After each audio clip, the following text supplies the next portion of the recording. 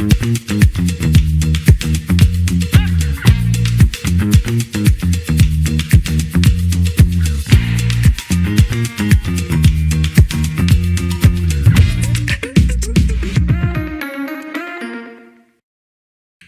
hola, bienvenidos al podcast político. Estamos de estreno de temporada, la número 3. Más de 30 episodios en esto que va corrido este proyecto, donde buscamos hablar de política a calzón quitado, de la manera más irresponsable para los invitados, por supuesto, de lo que es y lo que hace. Hoy estamos acá desde la empresa de servicios públicos de Santa Marta, la tan sonada Smart, la que ha tenido varios agentes interventores en los últimos años, la que para algunos nació muerta, porque nació con déficit, tuvo problemas, muchas dificultades tiene. Algunos creen que el camino para esta empresa es liquidarla, algunos creen que no hay solución del agua para los 500 años. O sea, mucho para hablar de aquí, de la empresa. Y hoy estamos con la nueva agente interventora, una mujer que muchos de ustedes conocen, que yo tuve un podcast que se nos dañó por la luz y que no pudimos sacar ese podcast de la Agencia de Tierras. Viene precisamente de la Agencia Nacional de Tierra Regional Caribe y quiero darle la bienvenida a Isis Navarro, Isis Margarita Navarro Cera. Bienvenida al podcast político. Hola Pedro, muchísimas gracias. Muchísimas gracias a todos los que nos ven también y nos repostean y nos comparten. Sí, estamos desde Spotify, donde invitamos a que nos sigan en nuestro canal, en YouTube, aquí invitamos a que se suscriban, y en Instagram y Facebook para que también nos sigan y compartan. Isis, ¿qué pasó? ¿Cómo te fue? Vamos a hablar en este podcast de tierra y agua. Entonces vamos a arrancar por la tierra. ¿Cómo estuvo la agencia? Estuviste al frente de la dirección de la Agencia Nacional de Tierra. ¿Cómo te fue? Bueno, como a mí me gusta lo positivo, te voy a decir lo positivo de la Agencia Nacional de Tierras.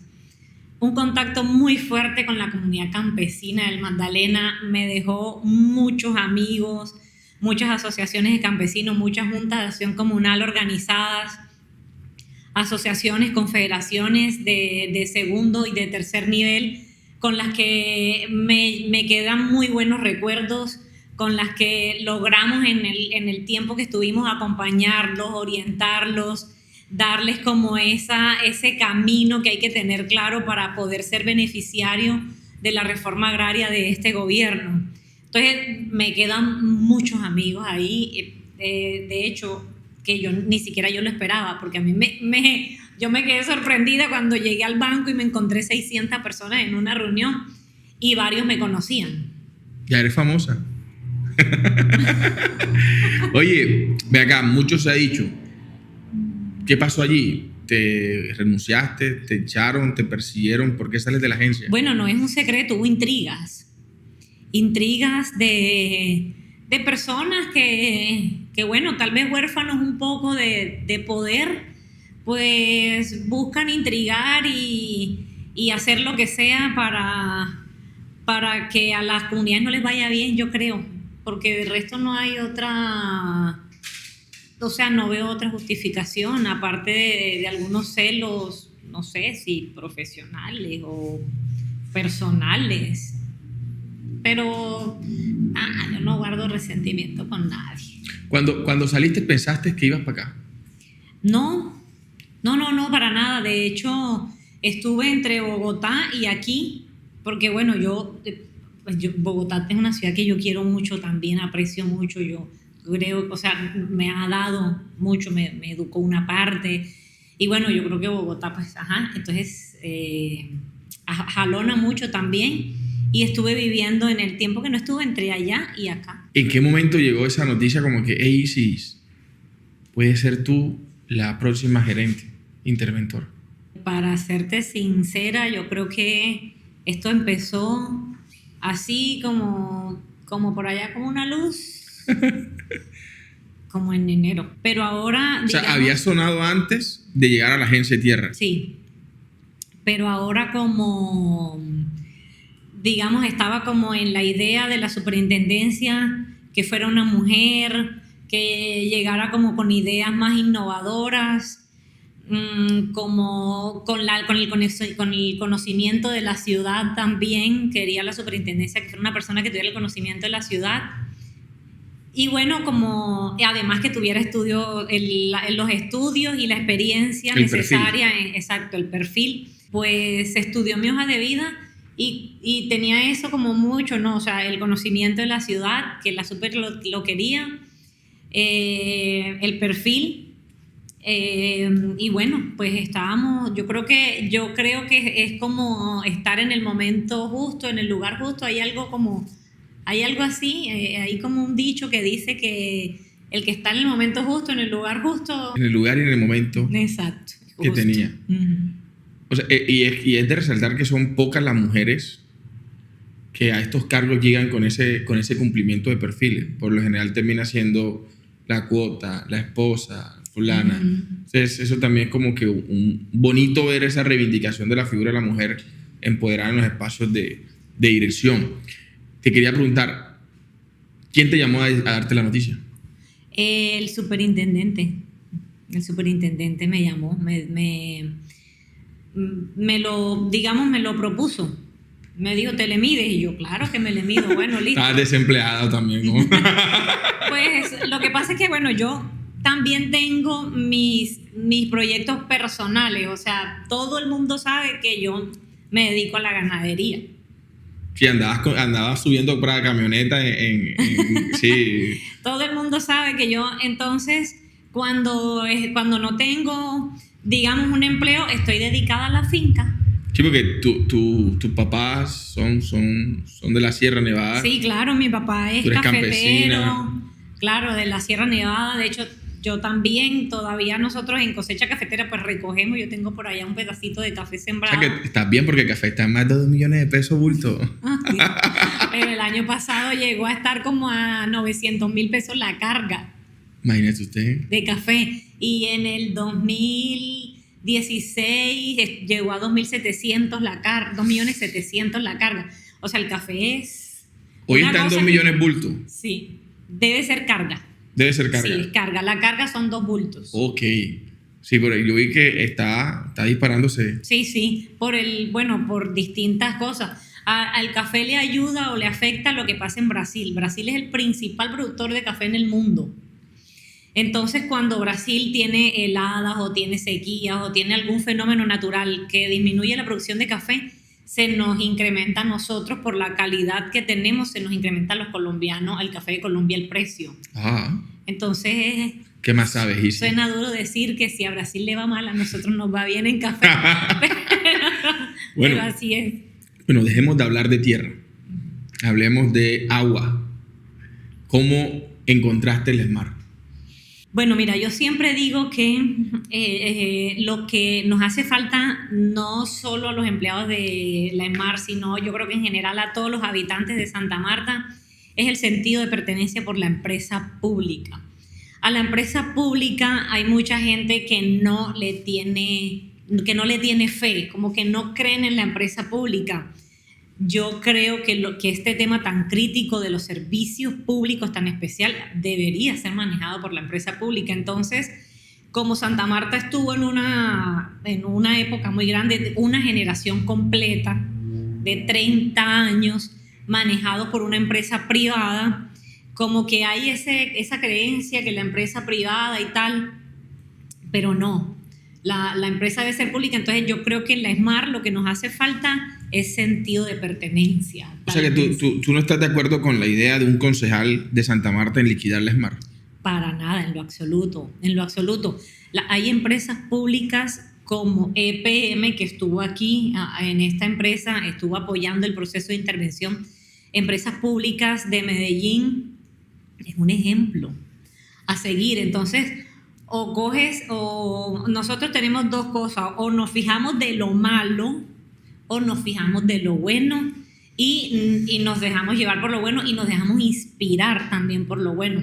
EPM es el principal, digamos, uno de los principales aportantes a la economía de la ciudad de Medellín, genera muchos empleos, tiene una buena prestación de servicio público y ha sido una empresa pública que además ha tenido acciones en empresas privadas. Entonces la capacidad de EPM es grande y es que los samarios somos menores a los paisas, que no podemos tener una empresa que nos llene de orgullo como EPM, entonces tenemos que construirla entre todos, porque cada centímetro de tubería que tiene Santa Marta, cada aspa de cada bomba le pertenece a los samarios, y tenemos que empezar a personarnos y a sentirnos orgullosos de esta empresa que es nuestra. O sea, que la empresa sí tiene salvación. Sí, claro. De hecho, la superintendencia tiene un plan.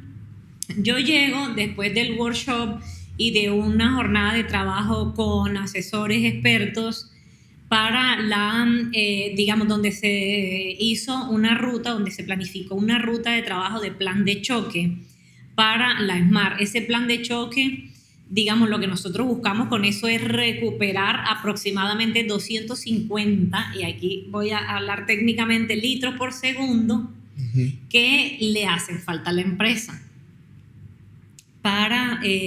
O sea, que los tenemos el agua, pero... o sea, es el agua que se pierde en las tuberías dañadas, que se filtra. Exacto. La que a veces se roban porque hacen conexiones ilegales. Correcto. Esa agua que se pierde le hace falta a todos los samarios. Y entonces la superintendencia además tiene un fondo que se llama Fondo Empresarial, que la superintendencia, todas las empresas de servicios públicos le pagan a la superintendencia, por decirlo, como una tasa retributiva. Esa bolsa, la superintendencia le llama Fondo Empresarial y está destinado para invertir en las empresas intervenidas. Entonces, contamos con un fondo que, o sea, la superintendencia ha destinado un fondo de más de 50,000 millones de pesos para... la solución del agua. O el fortalecimiento de la empresa. Para el fortalecimiento de la infraestructura que tenemos. Mira, yo hoy le explicaba a una amiga, le decía, si nosotros a Santa Marta le hacen falta 400 litros por segundo para llegar al punto de que podamos prestar un servicio de forma continua. En este momento, ¿no? Sin proyectar el crecimiento de la población a lo que va a ser en 20 años.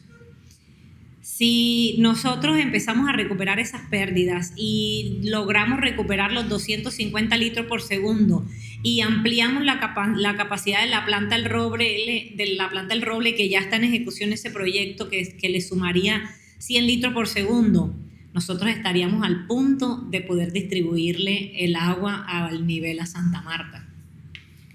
Pero hay que hacer un programa de concientización además entre los mismos samarios. Mira, hay gente que se conecta fraudulentamente, y dejan la manguera abierta. O sea que para llevarlo a un punto pedagógico, el principal factor de problemática para el agua y para la empresa es la cultura ciudadana. Sí, claro que sí. Pesa, o sea, ese es el porcentaje que más pesa. Pero en los servicios públicos, porque yo creo que es que no nos han enseñado a querer esto, a apreciar esto y lo importante que es. No solo en el agua, en todos los servicios públicos que tenemos. Mira, el tema de aseo en Santa Marta, se ha dispuesto de unos contenedores para residuos sólidos. La gente, a veces uno va y encuentra el contenedor vacío y la basura afuera. Y el contenedor está vacío. Porque listo, ¿no? El contenedor se llenó, bueno, digamos que hay que disponer la basura afuera. Hacen un mantenimiento en una casa, digamos que tumbaron un pedacito de pared para poner una puerta que no existía. Y esos escombros los disponen en los contenedores que no son para eso. Hacen la poda de un árbol y esos escombros o esas podas, esos residuos de poda, los disponen en los contenedores. Entonces, residuos sólidos, grave, estamos re mal en cultura ciudadana en el manejo del residuo sólido, re mal. Manejo de uso y aprovechamiento del agua, peor. Hay gente, mira, yo no sé si es egoísmo, que hay gente aquí en Santa Marta que tiene conexiones fraudulentas de agua ya tratada y la cogen para llenar la piscina. O sea, ¿cómo vas a reaccionar? O sea, ¿cómo va a reaccionar la empresa para castigar, para generar pedagogía, para informar, para cambiar esta cultura? ¿Cómo entras a contrarrestar a esos usuarios que desperdician el agua? Bueno, mira, justamente por eso ahí nos pesa mucho el trabajo articulado. Quien puede imponer sanciones en la zona urbana es la autoridad ambiental del distrito, que es el DACSA. Y quien puede imponer sanciones en la zona rural es la corporación autónoma, que es la CAR, que es Corpamat, aquí. Entonces ahí entra un trabajo articulado entre todas, entre el DACSA, la policía, porque en algunas partes sí ya tocas aplicar el código de policía, DACSA, Corpamat, policía, ESMAR, para identificar esos puntos críticos y hacer el proceso de acompañamiento. Y bueno, estamos como trabajando en planificar eso. Ya te reuniste con el alcalde Pinedo. ¿Cómo fue eso? Claro que sí. Bueno, mira, ¿Quién propició el espacio? ¿Tú lo llamaste? ¿Él te llamó? Sí, lo que pasa es que con el alcalde, cuando él era concejal y yo era secretaria de Desarrollo Económico, yo estaba en el piso de abajo y los concejales estaban en el piso de arriba. Estábamos en plena pandemia, era un momento crítico para la humanidad porque ni siquiera sabíamos qué iba a pasar. Y entonces teníamos que vernos, nos veíamos bastante. A mí él siempre me ha parecido un hombre muy noble, o sea, supremamente como calmado, sencillo, cero imponente. Entonces, no, muy bien. Cuando me posesioné, llamé al secretario y le escribí a él. Él me respondió al rato, hombre, y sí, qué bien, nos vemos al principio de la otra semana. ¿Lunes? El lunes, exacto, y el lunes efectivamente nos vimos. ¿Qué viene en la relación distrito-ESMAR? Mira, un trabajo articulado. Hace un momento, por ejemplo, estábamos en Candilito y estaba la Secretaría de Infraestructura acompañándonos. Por decirte, puntualmente en Candilito, necesitamos 35 tubos de 8 pulgadas. La ESMAR no los tiene, pero el compromiso que tenemos interinstitucional, entonces la Secretaría de Infraestructura va a hacer sus gestiones para ver si consigue unos tubos. Nosotros vamos a hacer gestiones para ver si conseguimos unos tubos. Y la comunidad, si toca, dijeron que también ellos pueden hacer hasta actividades para conseguir tubos. Entonces ahí como entre todos vamos sumando. Y yo sé que seguramente vamos a conseguir esos tubos que nos hacen falta para solucionar un problema crítico que tiene Candilito con un alcantarillado que está en muy mal estado. De eso se trata, ¿no? Si no estuviéramos trabajando con la alcaldía, entonces a buscar nosotros toditos los 35 tubos. Pero la alcaldía nos va a hacer el favor de buscar así sea uno, así sea dos, y ya son menos. ¿Hablaron de solución del agua? Claro que sí. Hablamos de solución del agua, hablamos del tema de alumbrado público, hablamos lógicamente también de alcantarillado. Mira, la solución del agua para Santa Marta es una solución que más que en lo económico y que en lo técnico está muy basada en lo social. Si pensamos, digamos que vamos a traer agua al Magdalena, hay que darle agua a Sitio Nuevo, hay que darle agua a Pueblo Viejo y habría que darle agua a Ciénaga y lógicamente a la ciudad de Santa Marta. No está la de 700,000 habitantes, sino tendría que estar proyectada para 1 millón y pico de habitantes. Que no vamos a hacer una inversión para que a la vuelta de 40 años ya los habitantes la superen. Si pensamos en construir una represa en la Sierra Nevada tiene una dinámica, bueno, primero que el calentamiento global, al igual que todo, la está afectando, entonces el caudal de los ríos ha disminuido, pero también tiene una ancestralidad que hay que respetar. Por ahí hay una polémica por el ministro de Cultura, lo que dijo. Casualmente. Bueno, entonces la Sierra Nevada tiene una ancestralidad que hay que respetar y bueno, tendría que ser... Pero ¿cuál es la solución más viable? ¿Cuál es la solución más viable que hay para el tema del agua? O si hay solución del agua. Eso también es otro, porque de pronto la solución del agua nos la vendieron como un cuento de Disney en el que nos decía, ay, vamos a solucionar el problema del agua. Aunque se puede entender de pronto que la solución del agua es acciones puntuales de aquí a futuro para garantizar el abastecimiento. O, por ejemplo, la propuesta que el alcalde recibió por parte de AAA. O sea, la pregunta es, ¿qué solución del agua es más viable? Mira, es que ahí es donde está. Porque no solamente, si hoy el gobierno nacional se le dijera, presidente, la solución del agua en Santa Marta cuesta $1 billón, por decirte un número.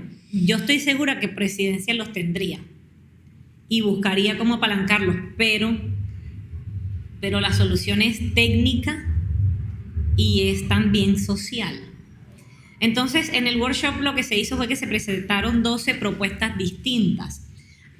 Captación del río Magdalena, optimización del acuífero de Santa Marta y utilización del acuífero de Ciénaga, los 2 ríos de Ciénaga, los 6 ríos de Santa Marta, tal vez se me escapa un nombre, tal vez me puedo equivocar en el número, la suma de todos. Entonces, yo creo que la solución de Santa Marta tendría que ser mucho más estructural que individual. O sea, si nosotros decimos, traemos agua del río Magdalena, eso demora un buen tiempito para lograrlo. Claro, exacto. Entonces, no es la definitiva, porque nos podemos demorar facilito 20 años construyendo esa al ritmo de las carreteras. Esa solución al ritmo de las carreteras y el calentamiento global y demás.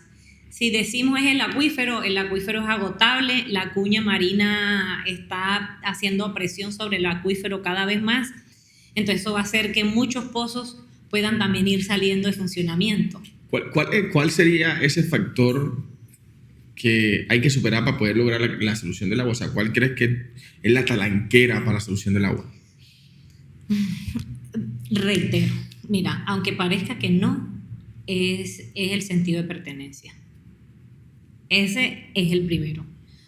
Porque si con el agua que hoy captamos, nosotros tenemos para disponerle agua a todo el mundo. Oye, y fácil. O sea, hoy con el agua que captamos podemos tener agua a los amarios. Claro. O sea, hoy no hay escasez de agua. En la capacidad. Estamos en invierno. Bueno, los ríos tienen un caudal bueno. Entonces, hoy, con el agua que tienen los ríos disponibles, con el agua que podemos captar, hoy pudiéramos estar brindando un servicio óptimo. Ahora, las redes de acueducto de Santa Marta se construyeron ¿hace cuánto? ¿Tú hace cuánto estás aquí? 7, 8 años. Yo estoy en Santa Marta del 2004 y yo no tengo en mi mente, o no recuerdo... La última vez que se instaló una tubería. Que estuvieran abriendo tuberías para meter acueducto. Y si piensas en el alcantarillado, o sea, por allá todavía peor. Entonces, claro, de la Santa Marta que era en 1975, hoy ha cambiado mucho. Total. O en el 60, por allá, cuando el rodadero de verdad era el rodadero, de allá acá, ¿cuánto ha crecido Santa Marta? Pero las redes no han crecido. Entonces, ¿cómo le inyectamos más agua a un tubo que es de este tamaño y ya tiene pavimento sobre pavimento sobre pavimento? Si le inyectamos más agua, se nos revienta. Eso por un lado. Y lo otro es que ese tubo así, en alguna parte, entonces le sacan agua de por aquí, una manguerita, le sacan agua de por acá, le sacan... y esa conexión ahí queda mal hecha. Entonces, aparte que se llevan el agua para allá, también queda aquí goteando y así. Entonces, si la gente no robara, si la gente no hiciera todo este tema de conexiones fraudulentas, hoy la ciudad tendría la capacidad de abastecer de agua a toda Santa Marta. Sí. O sea, la empresa. Mira, yo no quisiera llamarle robo porque la gente se ofende. Pero sí son conexiones inescrupulosas. Yo, ¿por qué creo que la gente lo hace? Porque la gente no conoce la empresa. Entonces la gente dice, no, el agua no me llega, yo voy y busco de rapidez, busco el tubo ahí y el mismo vecinos ahí hacen la excavación, hacen la conexión y listo. La gente piensa como que la solución, y yo también creo que la empresa, no solo la Smart, sino digamos toda la historia de la empresa, de pronto no tuvo la capacidad para responder eficientemente a las solicitudes, y la gente lo más fácil que veía era conectarse ahí de rapidez. ¿Cuáles van a ser esos tres retos que tú, porque te hemos visto en la calle, me dice que pasan más en campo, que estás con la gente, todo eso? ¿Cuáles son esos 3 retos que tiene la Smart bajo el liderazgo tuyo? Bueno, retos de la Smart. La EVAR Norte, estación de bombeo de aguas residuales, que es la que recibe todo antes de enviarse al emisario submarino. la solución del EVAR Norte. Segundo reto, ampliación y mantenimiento de la planta de Mamatoco. La planta de tratamiento de Mamatoco, que es la más grande. Aquí tenemos dos plantas, la de Mamatoco y la del Roble. La de Mamatoco es el doble de la del Roble. Y ampliación o mantenimiento de toda la aducción, digamos, en temas técnicos, de aducción del agua también de la planta de Mamatoco, del río Piedras. Eso es, digamos, de los retos técnicos. Y los retos de ISIS. Y los retos, yo creo que los retos ya como sociales del ESMAR, los retos sociales del ESMAR es hacer que la gente quiera la empresa y que se crea que una empresa pública puede sacar adelante, mantener y sostener y brindar un muy buen servicio público siendo exclusivamente pública. Entonces, ese es el reto, empezar a crear ese sentido de pertenencia, que la gente quiera la ESMAR. ¿Y cómo la quiere la gente?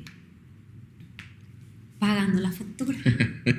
Nosotros, mira, si nosotros facturamos 100 millones de pesos, recibimos 49 millones de pesos. Porque el resto no paga. Hay un 51% de no pago. Exacto. Un reto, mejorar el recaudo. Claro. Además, entonces yo digo, mira, la gente no quiere lo que no conoce. Está bien. Entonces yo digo, oye, me están cobrando a mí, que yo vivo aquí, 50,000 pesos de agua, si el agua no me llega, si el agua esto, a veces me llega, a veces no, a veces llega turbia, a veces, bueno. Que puede ser verdad. Sí, claro, tantas cosas que pasan, digamos, en una operación de un acueducto que tiene, la planta del Roble se construyó en el 86, que es la más nueva, y la de Mamatoco, entonces. Para 40 años. 40 años que tienen ahí.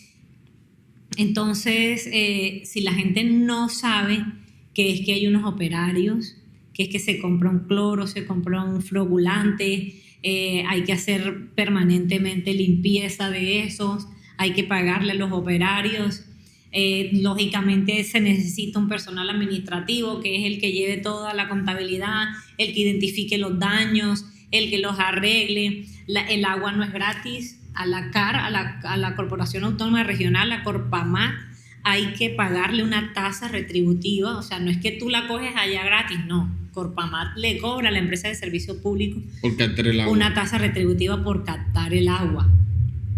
Entonces, aparte de gente mala que coge y le tira una piedra a un manhole por chiste. Entonces se daña la bomba. ¿Y cuánto cuesta una bomba? 150 millones de pesos. Wow. Entonces, ahí empieza. O sea, aquí el problema no es agua, aquí el problema es de cultura, de cuidado. De cultura, de cuidado. Ven, ¿cuál va a ser tu reto? Obsoletos, ¿no? ¿Y cuál va a ser tu reto? No, mi reto es que la gente conozca la ESMAR. O sea, yo lo que quiero es que la gente la conozca. Cuando la gente conozca la ESMAR, yo estoy segura que la gente va a entender la operación de esto. Cuando se entienda la operación, cuando se entienda el porqué, la gente va a empezar a querer su empresa, la de los Amarios. Y cuando la quieran, que su empresa, la de los Amarios, la que vieron nacer, la que ha tenido dificultades, la que está enfermita, pero que se va a recuperar y se va a poner muy bien, cuando la gente vea eso, el sentido de pertenencia seguro va a crecer, y yo sé que la percepción de la empresa va a cambiar. O sea que sí habrá agua para los 500 años. El agua está, lo que pasa es que mira. O sea que nos vendieron la falsa idea de que no había agua para Mira, nosotros, ¿por qué el agua llega en carrotanque y no llega por tubería? Pues porque hay, porque entonces el agua, entonces la de los carrotanques no es agua y la de la tubería sí. Lo que pasa es que, bueno, además, también hay que dejarle el mensaje a los Amarios, que aunque tuviéramos la fuente, mejor dicho, infinita, que dijéramos, no, nos vamos a conectar de la Ciénaga Grande hasta que se seque, eso es una locura, nadie ha pensado en eso, pero estoy diciéndolo, o del mar, que es más grande, el uso racional del agua es muy necesario. Hay gente aquí en Santa Marta, Pedro, que tienen una camisa sucia, y prenden la lavadora con el ciclo completo para lavar la camisa. Una lavadora se gasta 250 litros. Y esa de agua, en promedio. Wow. Un ciclo completo. Un ciclo completo entre el que te lava, después te enjuaga y ya te centrifuga y no sé qué. 250 litros. El consumo promedio de los habitantes de Santa Marta está en 150 litros día. Pero hay otras, otras partes o ciudades donde puede ser el agua mejor aprovechada, que el consumo promedio por habitante es más bajito. O sea, nosotros, y esto puede sonar como un regaño, bueno, no sé, como cada quien lo puede acoger, pero no, hay gente que malgasta agua y hay gente que no la tiene. O sea, porque es que vaciar una piscina de 4.000 metros cúbicos cada fin de semana, eso es una falta de respeto. Eso merece cárcel. O sea, debería haber impuesto por piscina.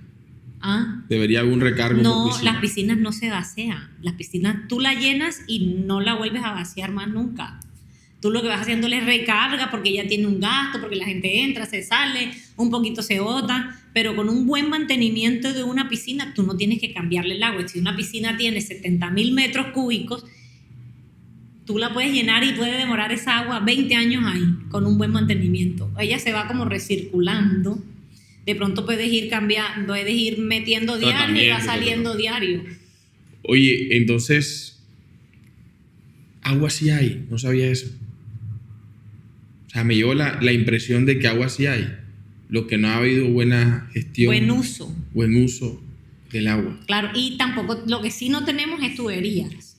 Ok, o sea, no hay cómo llevársela a la gente. Redes, exacto, eso sí no tenemos redes. Y también la planta de Mama Toco está a 60 metros y hay casas que están a 80. Entonces el bombeo, pues por bombeo la llevamos a algunas partes, pero a esas que están a 80 tendríamos que rebombearla más. Entonces, claro, es más costoso llevarlas hasta allá, más energía. Imagínate, si por el aire de la casa uno paga 1 millón de pesos. Ahora poniéndole presión. Ahora metiéndole unas turbinas de 30, 40 caballos de fuerza, imagínate la energía que eso consume. Entonces los samarios se pueden llevar a tranquilidad, los que nos ven, nos escuchan, que no vas a liquidar la empresa. No, para nada, porque no sabes gerenciar, no sabes administrar. Para nada, al contrario, nosotros queremos recuperar esas causales de intervención para devolvérsela al distrito. ¿Cómo va a ser tu relación con el consejo? ¿Vas a asistir a las sesiones a las que te inviten? No, yo tengo buenas relaciones con todo el mundo. El que pelea conmigo es porque quiere pelear conmigo. Yo no peleo con nadie. Ni con el marido mío peleo. Porque antes de que llegaras, hubo mucho ruido alrededor de citaciones que hicieron. Bueno, citaciones no, invitaciones que le hicieron al ESMAR al consejo. Si te invita el consejo, ¿asistes? Claro, siempre he asistido. En todos los cargos públicos que he tenido en Santa Marta, cada vez que el consejo me invita, voy. Y voy con mi presentación organizada, con el plan, con el cronograma. ¿Qué le puedes decir a la gente cuando te pregunto qué vino Isis a hacer al ESMAR? A hacer que la gente quiera la empresa. Ese es el gran reto. Que la gente se enamore del ESMAR. Hay que enamorarse de esto. Si no estamos enamorados los samarios, no. ¿Habrá relevo o revuelo administrativo en tu llegada? Cambios. Uno no deja ir a los enamorados, pero a los que están enamorados, pues si a uno no lo quieren, ¿qué va a hacer uno con esa persona?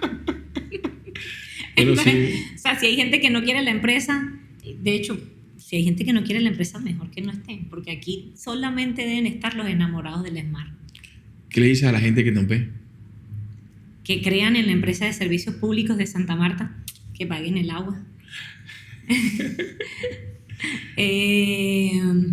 Y que entre todos podemos brindar unos mejores servicios públicos, entre todos. O sea, entre todos. No llenarle a los niños la piscina ahí, la piscina inflable en la terraza, le quita agua a otra gente. Dejar la llave abierta le quita agua a otra gente. Regar el jardín en exceso hasta que las pobres maticas se ahoguen, le quita el agua a la gente. Hay que ser solidario. Claro, no, es corazón. Amor. Claro. Eso decía al inicio. Isis, gracias por estar en el podcast. Gracias por la invitación. Ojalá que este mensaje le vaya quedando a la gente que tenemos que enamorarnos de esta empresa, que es nuestra empresa, la empresa de todos. ¿Qué le dirías a quien de pronto no le gusta ¿A qué le dirías a los que no están de acuerdo con tu nombramiento? No, que yo, como en todas partes donde he estado, vengo a trabajar. Yo lo único que sé hacer en la vida es trabajar. Es lo que más me gusta hacer en la vida, trabajar. Y lo has hecho bien, ¿no? En la agencia Tierra hubo resultados. Sí, en varias partes. En la agencia Tierra, en la Secretaría de Desarrollo Económico, en el mercado público. Sé que te va a ir bien y espero, que dure más acá que en la ANT. Para que los procesos sean muy sostenibles. También los cambios a veces son abruptos y lo que hacen no es avanzar, sino retroceder. Gracias por asistir, por acompañarnos. Te deseo lo mejor y deseo sobre todo que dures mucho tiempo aquí en el SMART, que termines el ciclo por lo menos del gobierno, porque sabemos que en tu pueblo te esperan, pero no por ahora. Me imagino que sí también, ¿cierto? Sí, claro, sí, no. Claro. Sí o no. Unos añitos estaremos con otro modo, y en fundación. Y en fundación, me equivoqué de cámara. Estaremos en fundación en unos añitos ya hablando más, haciendo otra cosa. Así.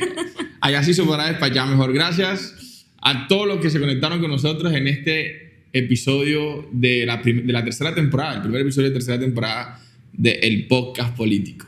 No olvides seguirnos en nuestras redes sociales, compartir, comentarnos también si te gusta lo que hacemos, si te gustó la entrevista, qué comentario tienes o qué pregunta que gustaría hacerle a Isis y se las compartimos. No olvides seguirnos en nuestro canal de YouTube, Spotify, Facebook e Instagram. Gracias por estar conectados con el podcast político.